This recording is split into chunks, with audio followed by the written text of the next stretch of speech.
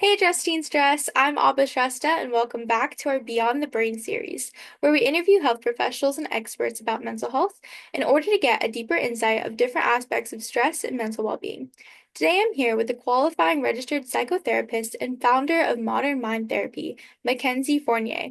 Mackenzie, can you please start off by telling us a little bit about yourself and your background? Yeah, hello. So first of all, I just want to say thank you so much for having me on here. I'm very excited.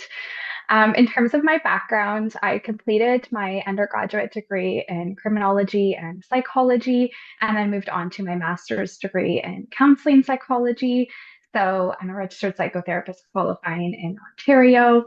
I live outside of Ottawa, and outside of work, I love traveling, practicing yoga, and spending time with my golden retriever, who keeps me very active.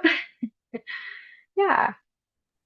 All right, awesome. So, what inspired you to kind of pursue a career in psychotherapy, particularly like in mental health and trauma work? Yeah, so I have always been fascinated by the human mind and behavior, which led me to my education pathways. And I can actually remember the moment that I decided I wanted to pursue psychotherapy. It was in my second year of my undergraduate degree in criminology. I remember we were taking this interventions class. And at the time, I was very interested in working in the prison population. And I remember we were specifically going over motivational interviewing. And also at the time, I was kind of in a space where I was like, I love this field. I'm super interested in it, super passionate about it. But how can I apply this to like a real world job? And so I remember we were learning about motivational interviewing, and that was kind of the moment where I like put it all together and I was like, oh, interventions. Like I want to be a therapist. This is how I can actually help these people. So that was kind of the moment where and then I instantly went home and started looking up, how to become a registered therapist in Ontario and all this stuff, and decided that I was going to pursue my master's degree after my undergraduate. So that was like the first memory I can remember where I was like, this is what I want to do.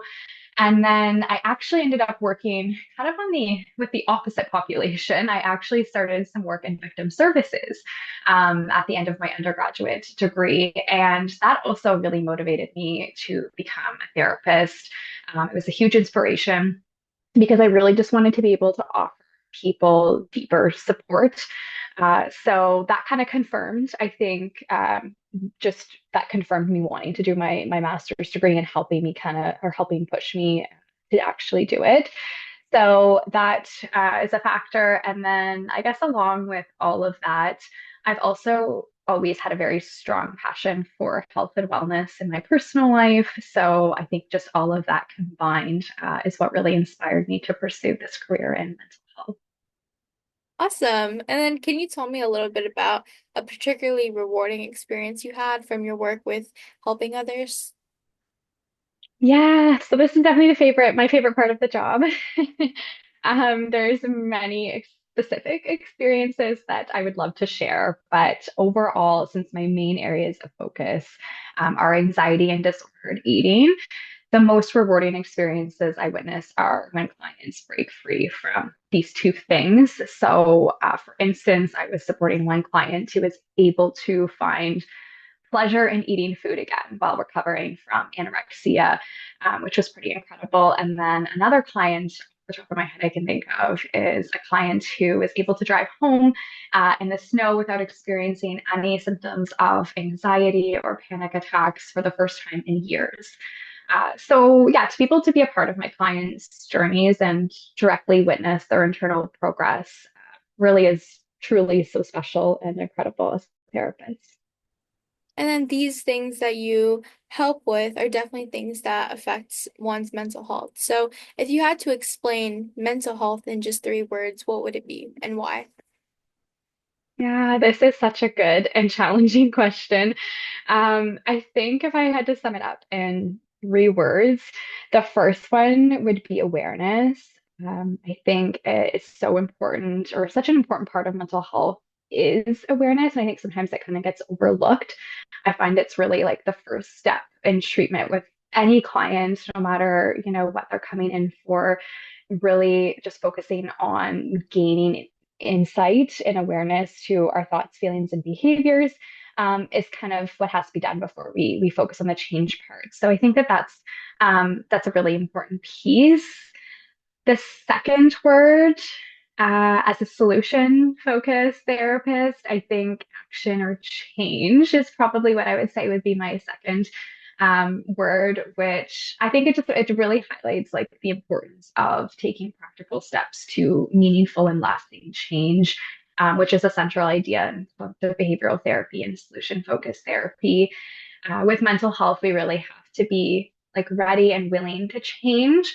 Um, or unfortunately, therapy just won't be effective. And also, change is a crucial part of supporting clients through mental health issues as we focus on transforming unhelpful thought or behavioral patterns for whatever they're seeking support with. And the last one is growth. So I think this really reflects the ongoing process of healing, self-discovery, and resilience that comes with nurturing and supporting our mental health. And our thoughts and beliefs about ourselves and the world really do change as we go through life and gain experiences and evolve as humans, which is definitely a key aspect to our mental well-being. Yeah, I totally agree with all of your words and your explanations with that about mental health and kind of leaning towards talking about teen mental health. So one thing that I think we all know that affects not only teens, but majority of teens is social media when it comes to mental health. So social media seems to have a major influence on the teen population for mental health. From your perspective, has it had more of a positive or negative impact? And what do you think teens can do to manage these effects? Yeah, so social media has definitely had a significant impact on mental health, especially for teens, but it's definitely a bit of a double-edged sword. The main negative impacts, I would say, would be comparing to others, so comparisons and self-esteem issues, especially considering mental health issues like eating disorders, body image concerns, self esteem, all of that, because social media, as we know, it does promote a lot of unrealistic beauty standards and lifestyles, or even just inaccurate information about food, weight loss, diets, all of that, which then leads to increased comparing negative or distorted thoughts about oneself, and then sometimes, unhealthy behaviors as well. Another negative impact of social media that I see is addiction and increased time spent online. So, excessive screen time then starts to interfere with other things like our sleep, social interactions, face to face relationships, and all of that can lead to isolation or anxiety. And this also naturally leads to decreased physical activity or time spent outdoors, which we know is very important for mental health. So that's kind of the main negative impacts that I see with my younger clients. However, like I said before, like it is a bit of a double-edged sword in the fact that there are positive impacts as well. And so, although it sounds kind of ironic, but although social media can take us away from in-person connections, it does promote connection as well in different ways. So, for instance, it can help teens stay connected with friends and communities, especially if they feel isolated in their home environment or their offline environment. And it does promote awareness as well. So, an advocacy. And sometimes even education. So, teens can access information about mental and physical health and social issues, creating awareness and a platform for advocacy. Yeah, that's kind of the main positive and negative impacts that I can see from social media. And then I think the last part of the question was to manage its effects, which is so important to address and talk about because social media is not going away and it's become such a big part of our lives and it's definitely here to stay. So we really do have to learn to work with it rather than against it. I work actually a lot with clients with how to manage social media in a positive way. And one thing is setting boundaries is really important. So creating time limits for social media use and balancing it with offline activities that promote well-being. Another big one is following positive influences. So, curating your feed to include content that promotes positive content, right? Like whether it's mental health stuff, just positivity, healthy lifestyles, just avoiding anything that is going to trigger you, that might be a trigger. And then another one is just making sure you still engage in real life connections. Like I said, although there is the positive component of social media, is this idea of connection. We want to make sure we're still having in-person connections, and it doesn't replace those meaningful, intimate, personal connections that we do also need. So yeah, I think ultimately, like the key is balance. Teens just have to develop a healthy relationship with social media and be aware of its potential negative effects to their self-worth and mental well-being.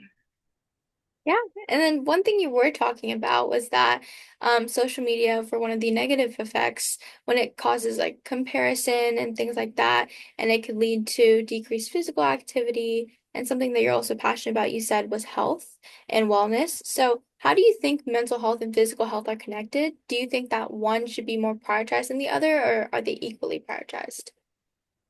Yeah, so I personally see and professionally see mental and physical health as deeply intertwined. They influence each other in complex ways, and neglecting one often affects the other.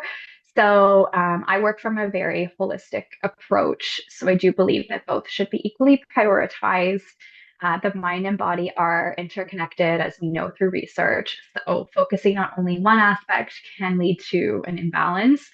For instance, like physical activity, we know that it can boost mood, it can reduce anxiety, it can improve sleep, while also strengthening the body. But then we can also see how mental health practices like mindfulness, therapy, stress management strategies can reduce the physical effects of stress, improve sleep, and even boost our immune function. So yeah, I definitely view them as very interconnected. What are some strategies that you use to practice self-care and prevent burnout in such an emotionally demanding field? Yeah, it's a great question. It's definitely very important in this field and something I try very hard to prioritize myself. I would say my personal main practices of self-care are exercising, engaging in activities that I'm passionate about, planning relaxation time into my schedule, and socializing, spending time with family and friends. And then one question I do love to ask all of our interviewees would be, can you share your perspective on what you think today's current state of teen mental health and stress is like compared to when you were a teenager? Yeah, so today's teen mental health is definitely marked by higher pressure and constant digital exposure compared to when I was a teenager. Social media was around, but it wasn't around until I was a little bit, I think, just entering high school when it started to become more of a thing. So luckily, my younger years weren't really affected by it, but the relationship that people have to social media now is just much different than even when I was, a teenager. And yeah, it just creates that higher pressure and constant exposure. I think just creates a more stressful environment. And social media amplifies comparisons and also fear of missing out. I know I've noticed that's a big thing lately as well. And then on top of that, there's information overload now too, making it harder to disconnect. So while there's greater mental health awareness, the pressure to maintain a perfect online persona adds to stress. And teens also face a lot of academic and societal pressures. I think just feel more intense today with the stakes for success higher than before.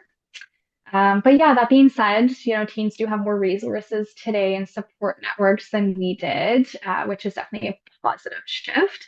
So overall, I think the pace of life is just faster with more external influences, making it harder for teens to find balance today, unfortunately. Mhm. And then why do you think it's important to be educated on the topic of just general mental health and stress? Think it's important to be educated on mental health and stress because it helps recognize signs early on, promotes effective coping strategies, and reduces stigma as well. For a lot of people, understanding these topics allows for better prevention and intervention, just improving overall well being. And it can also help create a more empathetic and supportive environment for people dealing with mental health challenges. And then I have one last question for you, and that is, what advice would you give to someone out there that's struggling with their mental health, or some kind of message that you would like to leave to our Just Teen Stress audience? My advice to anyone struggling with their mental health is that you're not alone and it's okay to ask for help. Stress and mental health struggles can feel overwhelming, but reaching out, whether to a friend, a family member, or a therapist, can make a huge difference. So take things one step at a time, focus on small positive changes like getting enough sleep, practicing self-compassion, or learning to set boundaries with your time and energy. And remember that mental health is a journey, not a destination. So be kind to yourself as you navigate it. You deserve support and things can get better. All right, thank you so much, Mackenzie, for talking to us about mental health and your experience with it throughout your professional career, as well as thank you so much for helping us address teen stress.